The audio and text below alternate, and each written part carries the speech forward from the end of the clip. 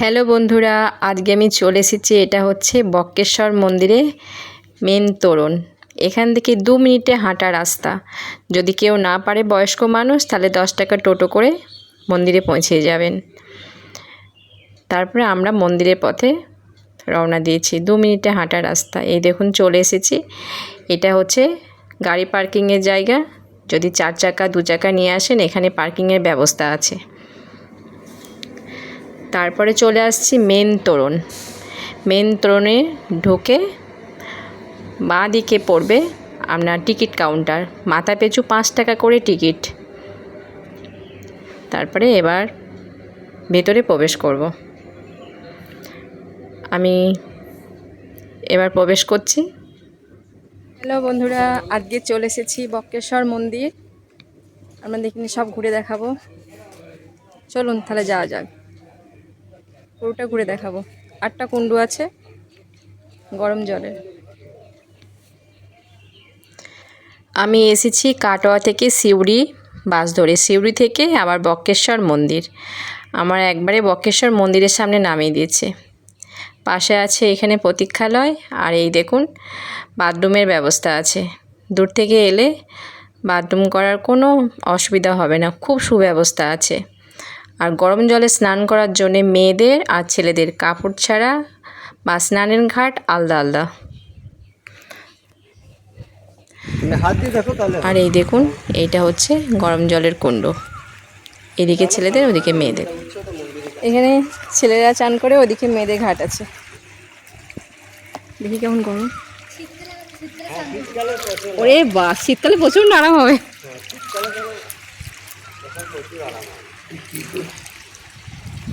ভীষণ গরম। এটা হচ্ছে 51 পীঠের একটা সতীপীঠ। এটা মায়ের ত্রিনয়ন পড়েছিল, ভুরুর মাঝখানের অংশটা। এই মন্দিরের নাম হচ্ছে বক্রকুণ্ডু বা বক্রেশ্বর মন্দির। আর এই মন্দিরে ভৈরব হচ্ছে বক্রেশ্বর মহাদেব।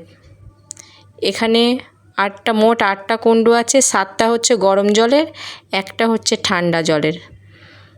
সেটা আছে মন্দিরের বক্রেশ্বরের মহাদেবের পাশের।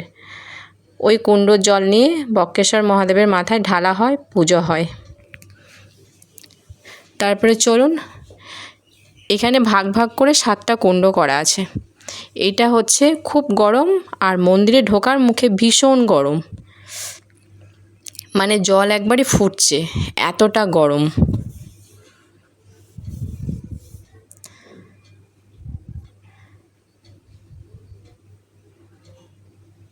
এই দেখুন, এটা ভীষণ গরম জল। তারপরে মন্দিরে যাওয়ার পথে পড়বে ভেতরে আরেকটা গরম জলের কুণ্ড পড়বে। এইটা ভীষণ গরম জল। এই জল মানে বিক্রি করছে। এবার যাদের গ্যাস অম্বল হয়, তাদের এই জলটা খেলে নাকি খুব ভালো হয়ে যায়, ঠান্ডা করে।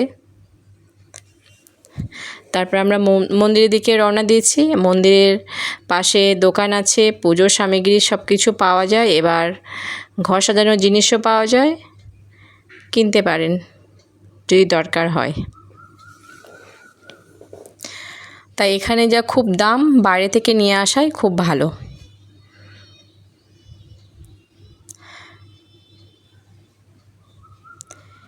এবার আমরা মন্দিরের দিকে প্রবেশ করব। সামনে হচ্ছে মায়ের মন্দির, তারপরে বক্রেশ্বর মহাদেবের মন্দির। মায়ের মূর্তিটা হচ্ছে অষ্টধাতুর। আর বাঁ দিকে পড়বে গণেশজির ঘর। এটা সিদ্ধিদাতার গণেশ। এটা হচ্ছে দেবী মায়ের মূর্তি। দেবী মায়ের মূর্তিটা আমি পরে ভালো করে এসে দেখাচ্ছি। আমি বক্রকুণ্ডু মহাদেবের পুজোটা করে আসি। তারপরে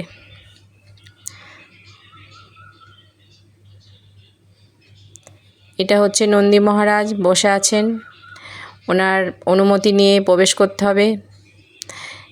ওনার অনুমতি খুব দরকার, অনুমতি আমি নিয়েছি।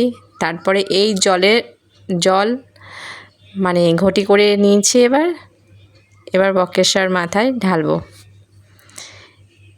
এই ঠান্ডা জলে কুণ্ড স্নান করতে পারেন, স্নানও করা হয়, এবার জল বাবার মাথায় অর্পণও করা হয়।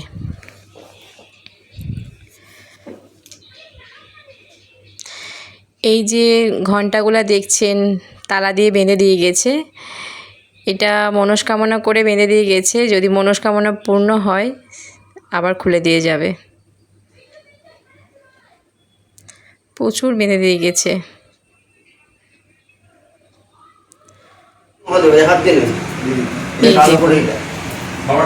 বক্রেশ্বর মহাদেবের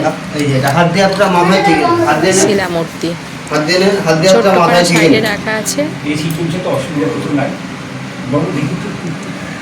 আমি দেখাচ্ছি হাত দিয়ে, এই দেখুন খুব ভালো লাগবে এখানে।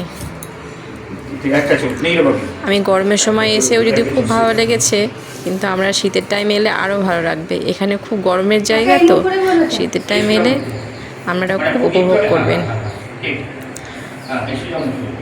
কিন্তু যথারীতি সতীপীঠ ভীষণ জাগ্রত, খুব ভালো লেগেছে। আমি আমার মেয়ে গেছিলাম, ভালো করে পুজো দিয়ে খুব সুন্দর করে। আর এদের ব্যবহার তো অমায়িক ব্যবহার, খুব সুন্দর।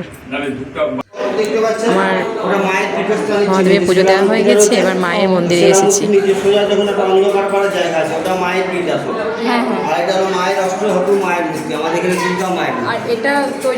মা হচ্ছে অষ্টধাতু, দশভুজা মূর্তি, আর এটা হচ্ছে মায়ের চরণ পাদুকা।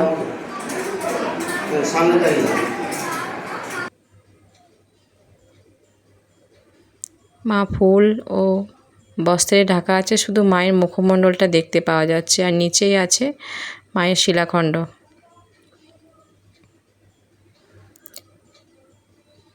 তারপরে উল্টো দিকে যে শিবের যে পুজোটা করলাম আমরা, বক্রকুণ্ড মহাদেবের পুজো করলাম, মানে এইটা লাইন দেওয়ার জায়গা বা বাউন্ডারি। আর এই দেখুন ভালো করে আমি দেখাচ্ছি, এইটা কুণ্ড ঠান্ডা জলের, এই জল নিয়ে শিবের মাথায় অর্পণ করা যায়। তারপর আমরা বাড়ির দিকে রওনা হচ্ছি। যাওয়ার পথে বাঁ দিকে শিবজির মূর্তি পড়ছে।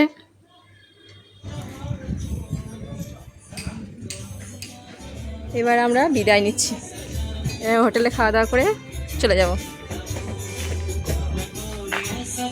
আজকের মতো বিদায় নিচ্ছি, সমাপ্ত। ফিরে আসবো পরের ভিডিও।